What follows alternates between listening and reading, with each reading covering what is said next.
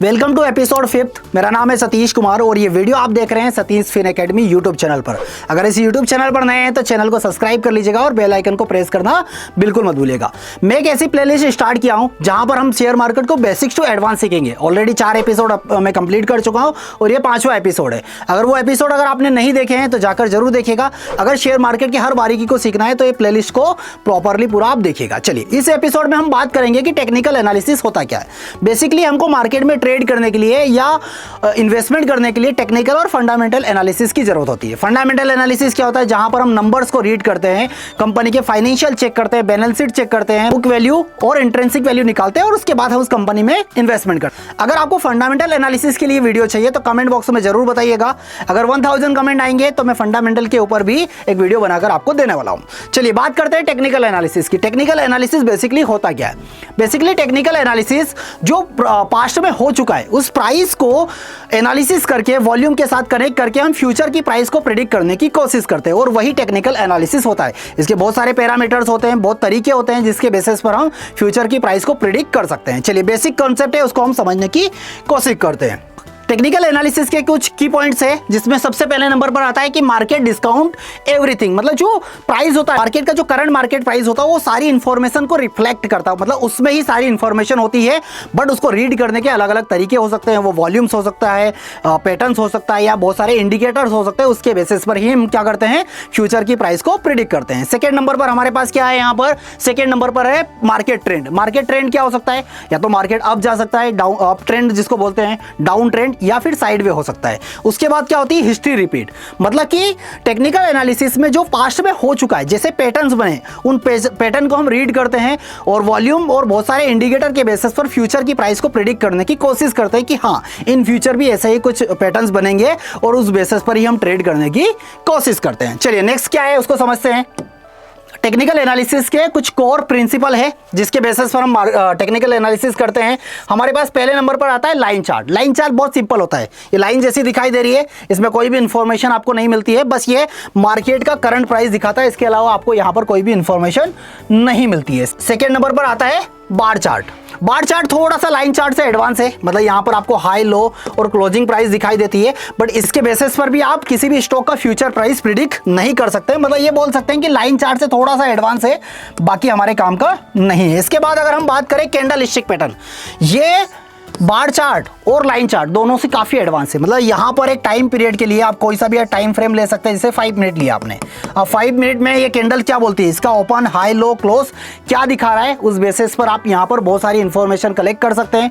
बहुत सारे इस कैंडलस्टिक पैटर्न में पैटर्न्स बनते हैं, उसके बेसिस पर हम फ्यूचर की प्राइस को भी प्रिडिक्ट कर सकते हैं। चलिए अगली बात करते हैं हम सपोर्ट और रेजिस्टेंस। बहुत जरूरी है, जब भी हम ट्रेडिंग स्टार्ट करते हैं तो हमको सपोर्ट पता होना चाहिए। सपोर्ट का मतलब क्या होता है कि एक ऐसी वैल्यू, एक ऐसी जगह जहां पर मार्केट बार बार जाता है और वहां पर बायर्स एक्टिव हो जाते हैं और बाजार उस वैल्यू से रिवर्स हो जाता है, तो इसको हम क्या बोलेंगे? Support value. ऐसा एक रेजिस्टेंस, जहां पर जिस लेवल पर मार्केट जाता है वहां पर सेलर एक्टिव हो जाते हैं और मार्केट की प्राइस वहां से रिवर्स हो जाती है, तो इसको क्या बोलते हैं? रेजिस्टेंस बोला जाता है। कैसे समझिए, मान के चलिए ये हो गया आपका सपोर्ट और ये हो गया आपका रेजिस्टेंस। ये ले लीजिए यहाँ पर 450 और यहाँ पर ले लीजिए 400।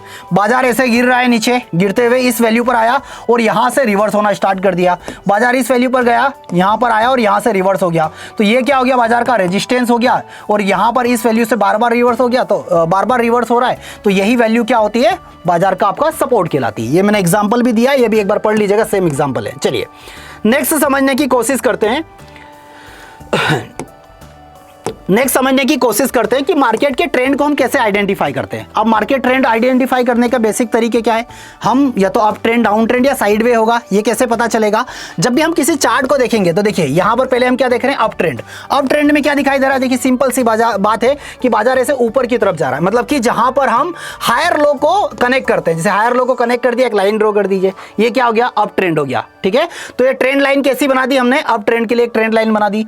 ऐसा ही अगर हमको नेक्स्ट में चलते देखते हैं, बाजार का ये चार्ट से समझ में आ रहा होगा कि क्या हो रहा है, प्राइस गिर रहा है। इसमें हम लोअर हाई को कनेक्ट करते हैं, लोअर हाई को कनेक्ट किया, देखिए बाजार का डायरेक्शन क्या पता चल रहा है? डाउन ट्रेंड चल रहा है, ये हो गया। अगर बाजार कुछ ऐसा चलता हुआ दिखाई दे जिसको हम साइड वे मार्केट भी बोलते हैं, ठीक है, चलिए, अब ट्रेंड आइडेंटिफाई हमने कर लिया, हमने अप ट्रेंड जान लिया, हमने डाउन ट्रेंड जान लिया, हमने साइडवे मार्केट भी पता कर लिया। अब हम देखते हैं कि कुछ ऐसे टूल्स जो कुछ इंडिकेटर जो मार्केट के डायरेक्शंस को बताते हैं, जिसमें हम एक सिंपल इंडिकेटर के बारे में बात करें तो वो है पहले नंबर पर मूविंग एवरेज। मूविंग एवरेज मतलब जैसे नाम से ही क्लियर, एवरेज मतलब इसमें क्या होता है, इससे इस मूविंग एवरेज के बेसिस पर हम किसी भी स्टॉक्स या बाजार का एक डायरेक्शन पता करने की कोशिश करते हैं कि उसका ट्रेंड क्या है। ये ट्रेंड आइडेंटिफाई करने में आपको मदद करता है। मतलब कि मान के चलिए मैं 50 डेज का एक मूविंग एवरेज ले रहा हूं, तो इसमें उसकी क्लोजिंग प्राइस को ऐड करके एक एवरेज प्राइस निकाला जाएगा।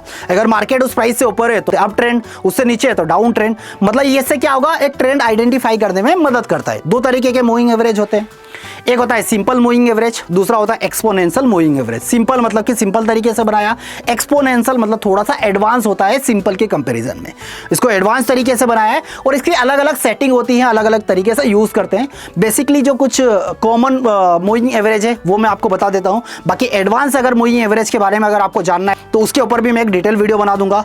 अगर आपको इसकी सेटिंग करना नहीं आता है कि कैसे इसकी सेटिंग करते हैं तो वो भी मुझे कमेंट में बताइएगा, तो एक डिटेल वीडियो उसके ऊपर भी मैं बना दूंगा। देखिए, कॉमन मूविंग एवरेज में हमारे पास क्या है, शॉर्ट टर्म के बारे में हम ट्रेंड पता कर सकते हैं और लॉन्ग टर्म के लिए हम ट्रेंड पता कर सकते हैं। अब शॉर्ट टर्म में कौन सा मूविंग एवरेज यूज करेंगे, 20 डेज का, और लॉन्ग टर्म में हम 50 डेज वाला मूविंग एवरेज और 200 डेज वाला मूविंग एवरेज हम यूज कर सकते हैं। ठीक है, अब सपोज यहां पर एक मैंने एग्जांपल दिया रिलायंस वाला, तो ये आप चेक करिए। इसको चेक कैसे करना है, सपोज मान के चलिए आपने 200 वाला मूविंग एवरेज लगाया, ये एक ऐसी लाइन दिखाई देगी। अब प्राइस चल रहा है यहां पर, तो इससे समझ जाइए कि अप ट्रेंड है। प्राइस यहां पर कहीं चल रहा है तो ये समझ जाइए कि डाउन ट्रेंड है। ठीक है, ऐसा ही एक प्रैक्टिकल के लिए मैं आपको एक टास्क भी देता हूं। टास्क क्या है, कोई एक स्टॉक आपको निकालना है, XYZ जो भी आपका या कोई सा भी एक पसंदीदा स्टॉक निकालिए, उसमें टाइम फ्रेम आप सेट करिए 1 डेज या 1 आवर जो भी आपको लेना है। अब एनालिसिस में क्या करना, 4 टाइप में आप कैंडल स्टिक ले लीजिए, सपोर्ट रेजिस्टेंस उसको आइडेंटिफाई करें, उसका ट्रेंड लाइन ड्रॉ करें और मूविंग एवरेज लगाकर चेक करिए कि वो उसका ट्रेंड क्या है। कोई सा भी स्टॉक ले लीजिए आपके अकॉर्डिंग, जो भी आपका पसंदीदा स्टॉक है। ये टास्क आपको कंप्लीट करना है। चलिए नेक्स्ट और समझते हैं। नेक्स्ट हम यहाँ पर एक बार चैप्टर की समरी समझ लीजिए कि हमने इस वीडियो में क्या क्या सीखा।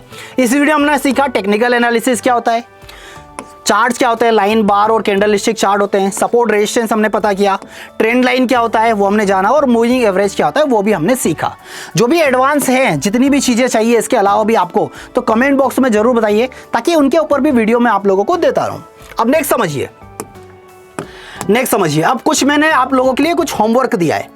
होमवर्क के लिए समझिए, यहाँ पर कुछ पॉइंट्स है, इसका बढ़िया सा स्क्रीनशॉट लीजिए और प्रॉपर एनालिसिस करिए। अगर हो पॉसिबल तो इसको बुक में एक एक पॉइंट को नोट करिए। ठीक है, नोट करने के बाद इनके प्रॉपर रिप्लाई मुझे चैट बॉक्स में कमेंट बॉक्स में दीजिएगा। मैं चेक करके आपको रिप्लाई करूंगा कि वो सही है या गलत है। चलिए, एक और भी आगे काम दिया है मैंने, पढ़ के इस बार नहीं बता रहा हूँ ताकि आप लोगों का समय बच जाएगा। ठीक है, सेकेंड और क्या है, सिनेरियो बेस्ड कुछ क्वेश्चन मैंने दिया है। जैसे अगर समझिए, अगर एक स्टॉक हायर हाई और हायर लो बना रहा है तो क्या इसका मतलब होगा, वो आपको आइडेंटिफाई करके बताना है।